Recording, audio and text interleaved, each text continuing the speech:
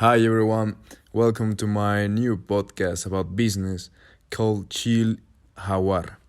I am Emmanuel Ruiz and I will be the host of this podcast. On this new podcast, we're going to talk about business, about technology, and about new trends that are transforming the market. Welcome and enjoy.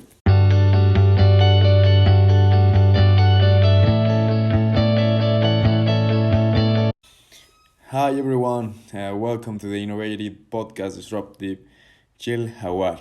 Yes, I'm very excited about announcing this new podcast that comes to my life, and it's like a new project that I'm making, and it makes me really happy. And well, so let's enjoy it and share with everybody. We are going to talk about e-commerce and specifically about the delivery intermediaries, also known as last milers. But you might ask why we're talking about this, why the first chapter is about this.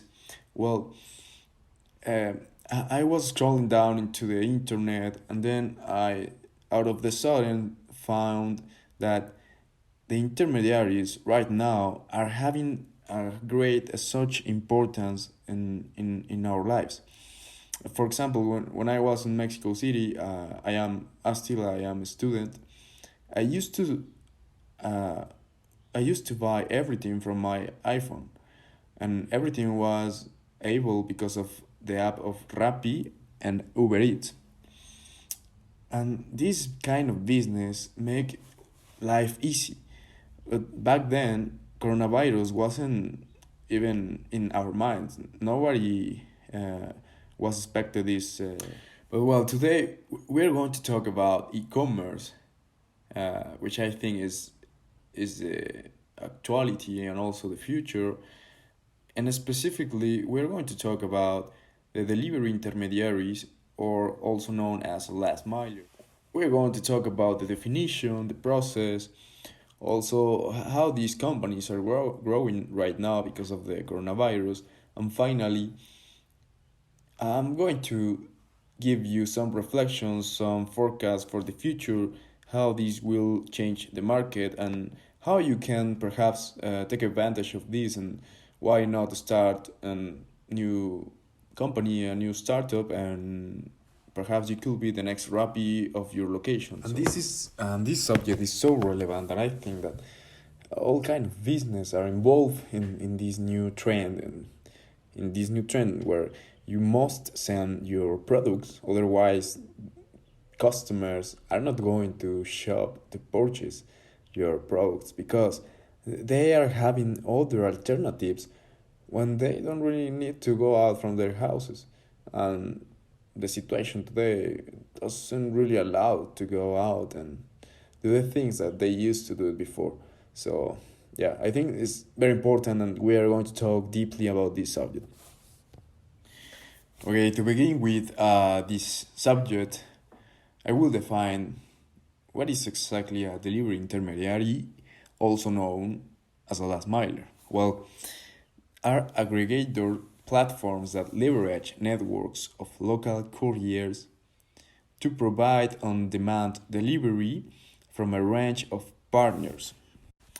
So as you can see, on simple words, these intermediaries are, as their name says, intermediaries that deliver the goods from other producers. They don't really own anything. They only have this logistic, perhaps cars, motorcycles, or even bicycles, and they deliver to their people.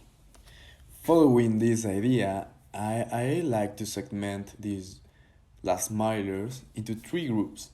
The first group is the one that works primarily with grocery retailers. This means that only deliver grocery goods, and that's all. That's their core business. The second group, they also works with restaurants and other non-grocery retailers. Could be pharmacy or drugstores, whatever. And the third one are the ones that are more personal, like if the users are able to make personal requests to them. Here in Mexico we don't really have this kind of service, but Now, the most commonly process that most last milers follow, it is composed by four steps. The first step, obviously, is when the shopper places order through a retailer-owned app. That means that when you are in your house and you want something, you only have to uh, go to your phone, and by an app you can order whatever you need. The second step is when assignment is routed to an independent courier based on an algorithm which incorporates location and delivery information. So this is basically the message that the order that you did arrives or gets to the courier. And the third step is when the courier visits the retail store, restaurant to pick and pack the order or to collect the ready to go package. And the last step is obviously when the courier delivers the package to the shopper address. This is amazing because you only had to make this order on your iPhone or whatever in your phone, and out of the sudden, the thing arrives into your house. This is very comfortable, and this is why this business model has had an amazing success in all around the world, not only here in Mexico but in all around the world. So, but now you might be asking now, but how does the business function? Like, why is so profitable and why is so successful? Well, the last milers or intermediaries, they have a really good advantage. They don't own the products that they are delivering. Instead, they collect from stores. So they aren't worried about having a warehouse and paying fees or rents to having this warehouse. They only provide the motors or the bicycle or cars, which means that they only provide the shopper and the platform. And that's why this business is so profitable and very successful around the world. But there are also another competitors, the ones that are called pure players. These pure players could be like Amazon or Mercado Libre, and they possess this dark store, which is a warehouse, and this mainly facilitates them the process to package the product. I mean, they don't have to go into the warehouse of another store, but they have their own warehouse where they have the products, and this is easy, and this rest on times, and at the end of the day will do the job a lot more faster than if they have to go into another product. But well, these are the pure players. Again, going back to the last milers, and also pure players, but speaking specifically about about last milers, uh, nowadays is so relevant because of the coronavirus pandemic. The e-commerce in general speak the demand for intermediary services increases as well because of the massive lockdown that we are having all around the world. So this occasioned that many retailers had to seek new partnerships, new alliances with these intermediaries. So they were able to deliver their goods because people cannot go and buy into their stores. Nowadays, it's kind of impossible if you want to take care of the coronavirus. So you prefer order by an app. And this is the reason why this business model takes a huge importance nowadays. And as an example of how this has take huge relevance nowadays, I will mention some examples of partnerships that, for example, on April 2020, Costco agreed an alliance with Instacart. Instacart is like Rappi here in Mexico, but the most famous delivery intermediary on the United States. And this allowed Costco, this partnership allowed Costco to launch an on-demand prescription delivery service. This new service is offered in addition to Costco customers using Instacart for grocery delivery. So customers receive a text when their prescription is ready with a link to the Costco website where they can add groceries to their basket and schedule delivery. So this is fantastic. I mean, they even can schedule the delivery because perhaps Costco or Instacart uh, does not have the infrastructure or the logistics to deliver into less than an hour or whatever. So they prefer a schedule into one day of the week. Another very well accomplished alliance is also on the United States. Walgreens uh, agreed with DoorDash on July 2020. So Walgreens US partnered with DoorDash to introduce an on-demand delivery service to provide customers with everyday essentials. So basically, shoppers can choose from over 2,300 items, including over-the-counter medication. Over-the-counter medication means that a medication that don't really require a prescription from their doctor, and also groceries, snacks, and beauty products. Now, I want you to give you a big perspective, the big picture, and I will I will talk now about China around the world. So in Asia Pacific, it is estimated that it will come to represent over half of chain retail in 2020, led by leading players Alibaba, JD.com, and Pinduoduo.